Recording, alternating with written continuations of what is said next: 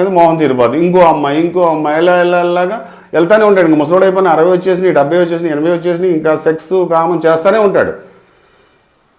ఆ విధంగా చేస్తూ ఉంటాడు. ఎందుకు ఇంకా నీకు కావాల్సింది నువ్వు చేసుకున్నావు కదా, అదే డబ్బు కూడా చెప్పా, కొంత లిమిట్ వచ్చాక మన ఫ్యామిలీకి మనకు కావాల్సినంత పెట్టుకుని కనుక నువ్వు ఇంకా ఆపేసాయి. ఇంకా అది మన పిల్లలు వాళ్ళు సంపాదించుకుంటూ ఉంటారు, అది ఇంకా చాలు, మనకు కంఫర్ట్ లైఫ్ వచ్చిన తర్వాత చాలు, ఇంకా ఆపేసి నువ్వు ఆధ్యాత్మిక జీవితంలోకి వచ్చేసేయి. నువ్వు సంపాదించాలి, ఇంకా సంపాదించాలంటే ఇంకా లక్షల కోట్లు ఇంకా సంపాదించాలనే కోరిక వస్తూనే ఉంటుంది. ఎంత సంపాదించినా తనివి తీరదు, ఇంకా అది ఆశకి అంత ఉండదు.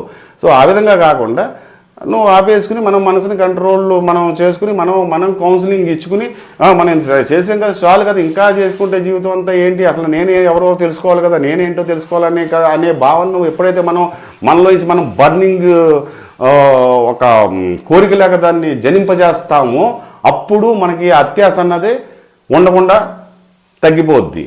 ఎప్పుడైతే